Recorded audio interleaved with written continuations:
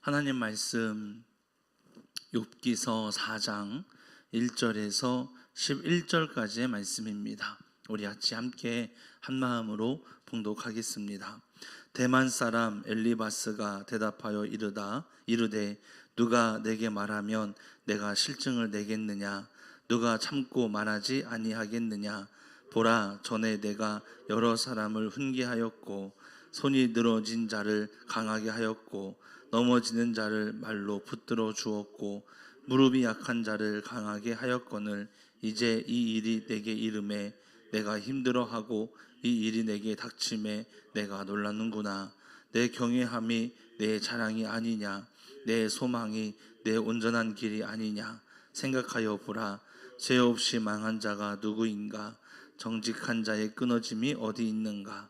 내가 보건대 악을 밭 갈고 독을 뿌리는 자는 그대로 거두나니 다 하나님의 입 기운에 멸망하고 그의 콧김에 사라지느니라. 사자는 사자의 우는 소리와 젊은 사자의 소리가 그치고 어린 사자의 이가 부러지며 사자는 사냥한 것이 없어 죽어가고 암사자의 새끼는 흩어지느니라. 아멘. 아멘. 할렐루야. 4장부터는 이제 욥과 이 세 친구에 대한 이야기가 나옵니다. 어제까지는 이제 욥이 탄식하는 그러한 장면을 보여주었고요. 그리고 4장에서부터는 욥의 세 친구가 찾아왔고 욥의 모습을 보면서 이제 그 욥의 입에서 탄식이 나온 이후에 그 이야기를 듣고 이제 엘리바스가 먼저 대화를 나누는데 이제 계속 이제 어떤 이야기가 오고냐면 세 명의 친구가 서로 번갈아 가면서 욥에게 이야기를 하고 욥은 여기에 대해서 대응을 하고 서로 이렇게 주거니 받거니 하는 대화의 내용들이 조금 길게 이어집니다. 그러니 여러분 이것을 전체적으로 다 생각하려 하면은 이제 시간이 좀 많이 걸리기도 하고 하지만 이것을 우리가 끊어서 가기 때문에 전체적인 부분을 이해하기는 쉽지는 않을 거예요. 그래도 최대한 여러분들이 좀 알기 쉽게 이 사람이 이런 말을 하고 있구나, 이렇게 이야기하는 거구나 라는 것을 생각해 보면서 함께 은혜를 나누려 하고, 그리고 그때그때 주시는 그 본문의 중심을 좀 우리가 생각하면서 말씀의 은혜를 나누도록 하겠습니다. 이 세 명의 친구가 이거 하나는 기억해 주세요. 세 명의 친구가 욥에게 이야기를 하는데 그 근원은 하나님이었다는 것. 그래서 제가 오늘 본문의 말씀의 제목을 힘의 근원은 힘의 근원이 되시는 하나님이라고 제가 정했어요. 주제를 힘의 근원이 되시는 하나님.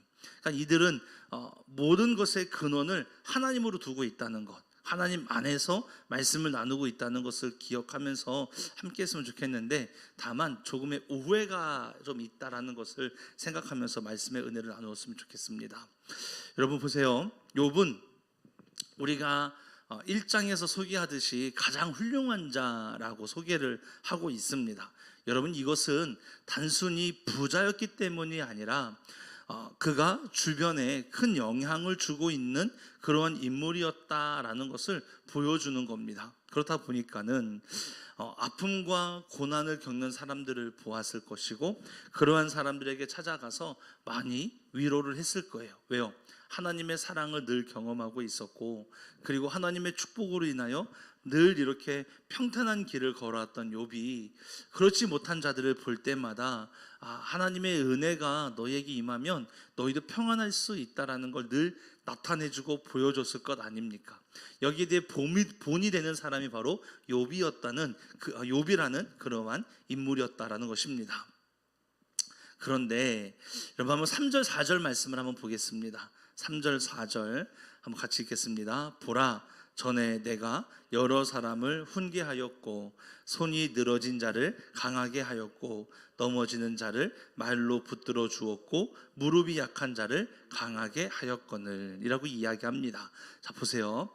욥이라는 사람이 어떻게 했습니까? 여러 사람들에게 훈계를 하고 손이 늘어진 자를 강하게 하고 넘어지는 자를 말로 붙들어주고 무릎이 약한 자를 일으켜 강하게 하였다라고 하면서 욥이 주변에 있는 많은 사람들 사람들에게 힘이 되는 그러한 사람이었다는 것을 볼 수가 있다라는 것입니다. 어떠한 마음으로서 위로하고 훈계하고 강하게 하고 붙들어 주었을까요? 자, 다시 말씀을 드리지만 욥기서의 중심에는 힘의 근원이 되시는 하나님이 있다라는 것입니다. 그러니 욥이 위로했을 때, 또는 욥이 붙들어 주었을 때, 또 욥이 다가가서 강하게 하였을 때 중심은요 하나님이었다라는 거였어요. 늘 하나님 안에서 권면하고 하나님 안에서 힘을 주고 하나님 안에서 위로하고, 그렇게 늘 함께했던 사람이 욥이라는 그러한 사람이었다라는 것입니다. 어떤 이야기를 했을까요? 한번 상상을 해봤어요. 그랬더니 이제 제가 요즘에 설교에서 많이 하는 이야기들이잖아요. 여러분, 하나님을 바라봐야 된다. 하나님이 함께 하실 거야. 하나님이 너를 사랑해. 늘 그런 이야기로서 위로하고 함께 하지 않았을까요? 근데 엘리바스가 그러한 욥의 모습을 생각하며 현재의 욥의 모습을 보니까 너무 안타까운 거죠. 왜냐하면 야, 너는 그렇게 늘 위로하고 힘을 주고 함께했던 사람이었는데 그 어려움이 너에게 닥쳤을 때 왜 너는 그렇게 하지 못하고 있느냐라고 이야기하는 거예요. 6절 말씀을 한번 볼까요? 6절에 내 경외함이 내 자랑이 아니냐, 내 소망이 내 온전한 길이 아니냐라고 이야기합니다. 자, 내 경외함이 내 자랑이 아니냐, 그만큼 엘리바스도 그를 인정해주고 그의 모습에 늘 뿌듯함을 가지고 있던, 그리고 본이 되는 사람이었다는 것을 잘 알고 있는데 지금 현재는 그 모습이 어디 있냐라는 거였어요. 사람은 아픔을 당하는 사람을 보면 다가가서 손을 내밀고 방법을 고민하고 또 말해주고 위로해 줍니다. 그런데 정작 본인이 아픔을 당하면 방법을 몰라서 주저앉게 됩니다. 방법을 몰라서 주저앉을까요? 생각할 수 있는 여력이 없는 거예요. 내가 좀 여유가 있고 내가 좀 평탄한 길을 걸어가고 있는 모습 가운데 있을 때는 주위를 둘러볼 수 있지만, 그리고 하나님을 볼 수 있지만, 여러분, 순간적인 아픔과 고통이 다가오고, 그리고 그 순간적인 것은 욥처럼 아픔을 당한 그 즉시에는 이것도 하나님의 은혜라고 고백할 수 있었지만 끊임없이 이어지는 아픔과 고통 가운데에는 결국 마음이 무너지게 될 수밖에 없는 나약한 존재라는 것이 바로 우리의 모습이었다라는 것입니다. 저는 어제 이 욥의 말씀을 묵상하면서요, 어쩌면 이 모습이 나의 모습일 수도 있겠구나. 정작 나도 하나님의 위로가 필요한데 나는 정말 하나님을 온전히 바라보고 있었는가. 많은 이들에게 위로하면서 하나님의 방법을 위해 기도하자, 하나님의 방법을 찾아보자 라고 이야기했지만 정작 나는 하나님의 방법을 위해 기도하고 있었는가 라는 것을 한번 생각해 보게 되면서 요즘 그전엔 그냥 머릿속으로만 생각하던 많은 부분들을 머릿속으로 생각하지 않고 그래, 내가 하나님께 기도해야겠다라고 하는 그러한 마음을 좀 갖게 되었습니다. 우리 모든 성도님들이 그러한 믿음을 가지셨으면 좋겠어요. 할렐루야. 여러분, 하나님을 보셔야 돼요. 누군가 찾아가서 위로해 주는 건 쉽습니다. 그런데 여러분, 내가 위로받아야 될 때 세상 사람들에게 위로를 내가 기대려고 하지 마시고 하나님을 정말 바라볼 수 있는 믿음의 자녀가 되기를 소망합니다. 자, 우리 7절 말씀을 잠깐 보겠습니다. 7절 같이 봉독합니다. 생각하여 보라, 죄 없이 망한 자가 누구인가? 정직한 자의 끊어짐이 어디 있는가? 아멘. 자, 6절까지의 말씀을 딱 보면 엘리바스가 이 욥의 모습을 보면서 야, 네가 하나님을 경외해야지, 하나님을 바라봐야지, 또 그렇게 하면 어떡하냐, 내가 알고 있는 욥은 어디 있냐라고 이야기하며 하나님 안에서 나아갈 것을 권면하는 아주 멋있는 장면으로 등장을 하는데 7절에서부터는 조금 이제 오해를 하는 그러한 모습을 보이고 있는데 저는 이것이 오게티가 아닌가라고 생각을 해보게 되었습니다. 자, 무슨 내용이냐 하면 이런 거죠.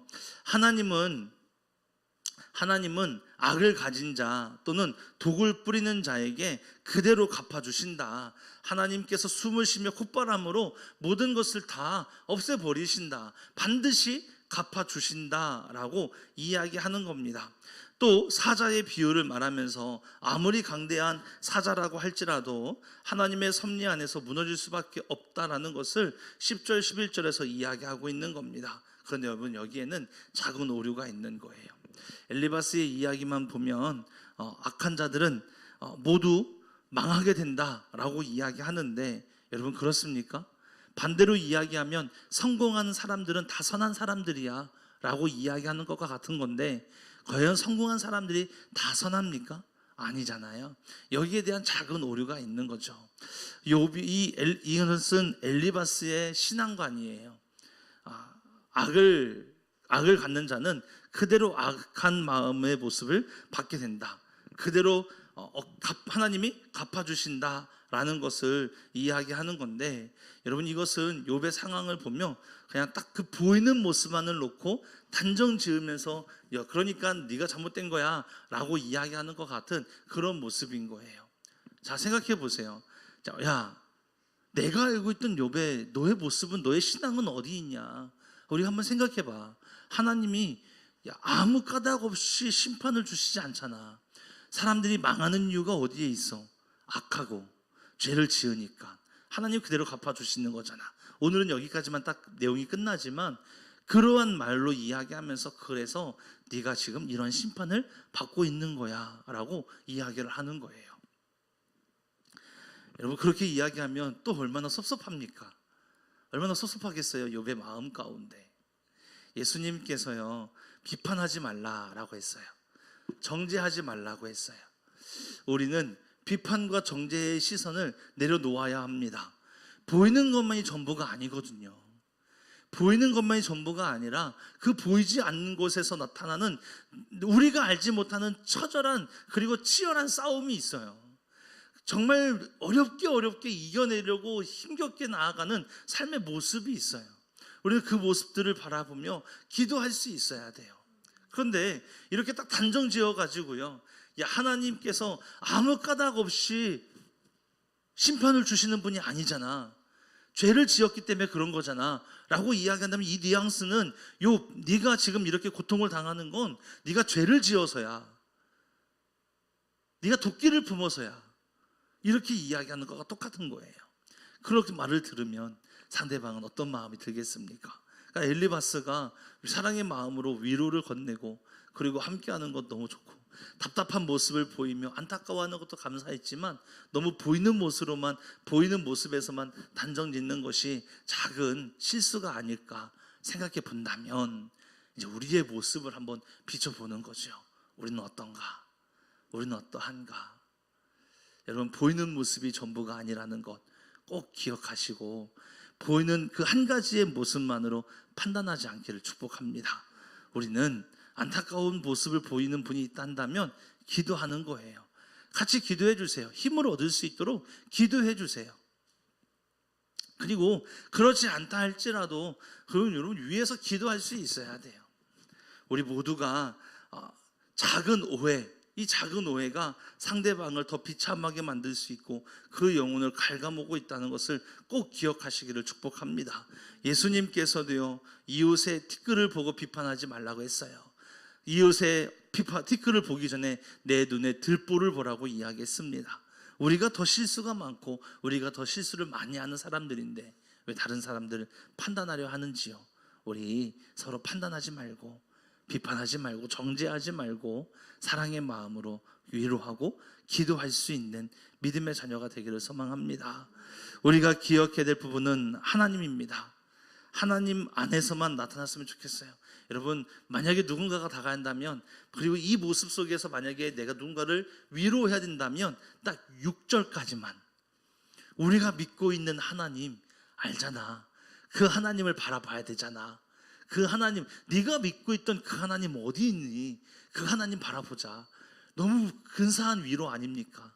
여러분, 그렇게 힘의 근원 되시는 하나님을 바라볼 수 있도록 우리 함께 위로하자고요. 비판하지 말고 판단하지 말고 정죄하지 말고 할렐루야. 내 안에 누군가를 자꾸만 판단하려고 하는 마음, 여러분 이것도 교만입니다. 다 내려놓고 회개하시고 이제는 내가 그러한 마음으로 다가가는 것이 아니라 정말 힘의 근원 되시는 하나님만을 보이고 하나님만을 나타내고 하나님만 바라볼 수 있도록 동역하는 그러한 믿음의 사람이 될 수 있도록 하나님 함께 하시고 인도해 달라고, 우리 그렇게 우리 스스로를 위해 기도할 수 있는 귀한 시간 되기를 축복합니다. 기도하겠습니다. 하나님이 힘의 근원 되십니다. 나의 힘의 근원 되시는 하나님만 바라보겠습니다.